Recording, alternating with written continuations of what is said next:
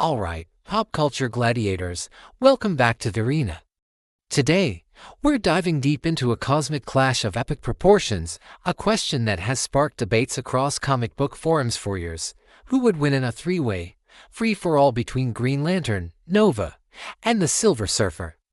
Now, before you jump into the comments, let's set the stage. We're talking about the heavy hitters here. For Green Lantern, let's use Hal Jordan at his peak standard power level. No Parallax, no Spectre, just the greatest Green Lantern with his ring fully charged. For Nova, we'll go with Richard Rider, fully powered by the Nova Force and the World Mind. And for Silver Surfer, it's Norrin Radd, the classic Herald of Galactus, wielding the power cosmic. This isn't their first rodeo in a versus debate, but today, we're breaking it down piece by piece. Let's start with Hal Jordan. The Green Lantern ring is often called the most powerful weapon in the universe, and for good reason. Its potential is limited only by the user's willpower. Hal's willpower is legendary. He's the guy who overcame fear itself. He can create energy constructs of anything he can imagine, from simple force fields and laser blasts to complex machinery, giant fists, or even an entire squadron of fighter jets. These constructs are as durable as his will. He can fly at faster than light speeds, survive in the vacuum of space, and even generate wormholes for interstellar travel. His ring also functions as a universal translator and a supercomputer, giving him access to the vast knowledge of the Guardians of the Universe. Hal's greatest strength is his creativity and unpredictability. In a fight, he's not just throwing punches, he's a strategic thinker who can adapt to any situation on the fly.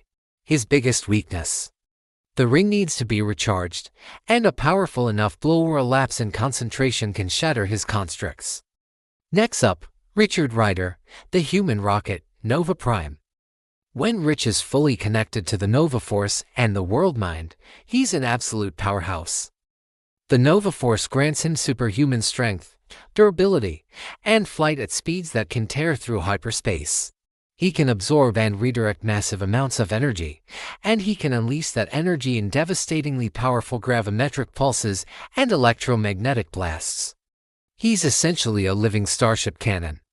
But his biggest ace in the hole is the World Mind. It's a sentient supercomputer containing the collective knowledge of the entire Xandarian race. It provides him with tactical analysis, threat assessment, and control over the fundamental forces of the universe. The World Mind can calculate trillions of scenarios in a nanosecond, giving Rich a massive strategic advantage. It can also help manage his power output, preventing him from burning out.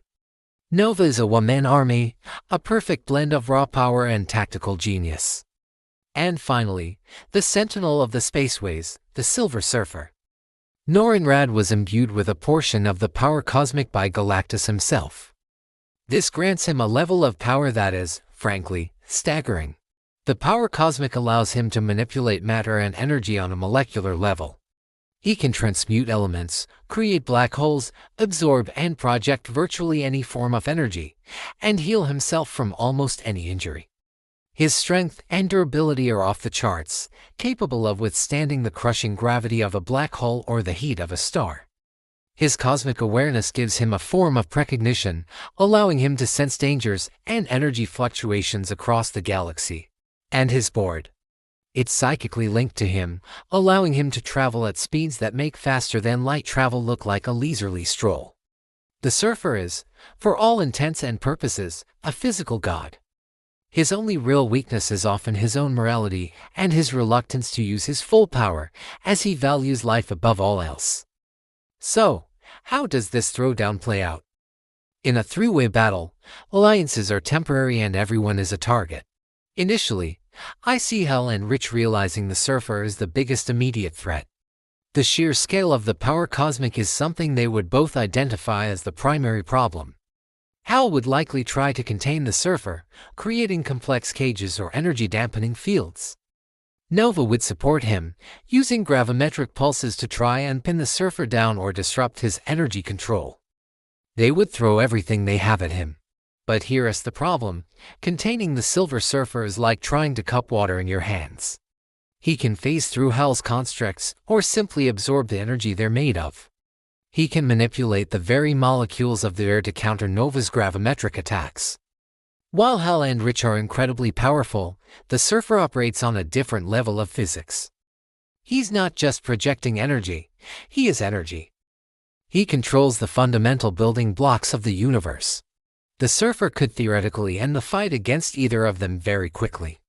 He could transmute Hell's ring into lead, or simply drain its energy. He could depower Richard Rider by severing his connection to the Nova Force. But that's where Norrin's character comes in. He wouldn't go for the instant, lethal win. He would try to reason with them, to de-escalate. This hesitation is the opening Hal and Rich need. While the Surfer holds back, they would be going all out. I can see a scenario where Nova opens a Stargate right on top of the Surfer, trying to banish him, while Hal simultaneously hits him with a construct designed to overload his senses. Built from pure, concentrated willpower. It would be a spectacular light show, a cosmic storm of green and gold energy. But even that, I believe, would only be a temporary setback for the Surfer. He's tanked supernovas. He's flown through the core of stars. Their combined assault would be immense, but the power cosmic is a replenishing, near-infinite wellspring of power. Hal's ring has a finite charge. Richard Rider can be overwhelmed and his connection to the world mind disrupted. The Surfer's power is intrinsic to his very being. As the battle rages on, the war of attrition begins. Hal's ring would start to flicker. Richard would be pushing the limits of the Nova Force. The Surfer, however, would remain. He is the embodiment of endurance. He could simply wait them out, weathering their storm until their own power reserves run dry. So, after the initial chaos, with Hal and Richard likely teaming up, the Surfer would defend, absorb, and endure. Once their initial, most powerful alpha strike fails, their options become limited. The Surfer could then choose to end the fight non-lethally.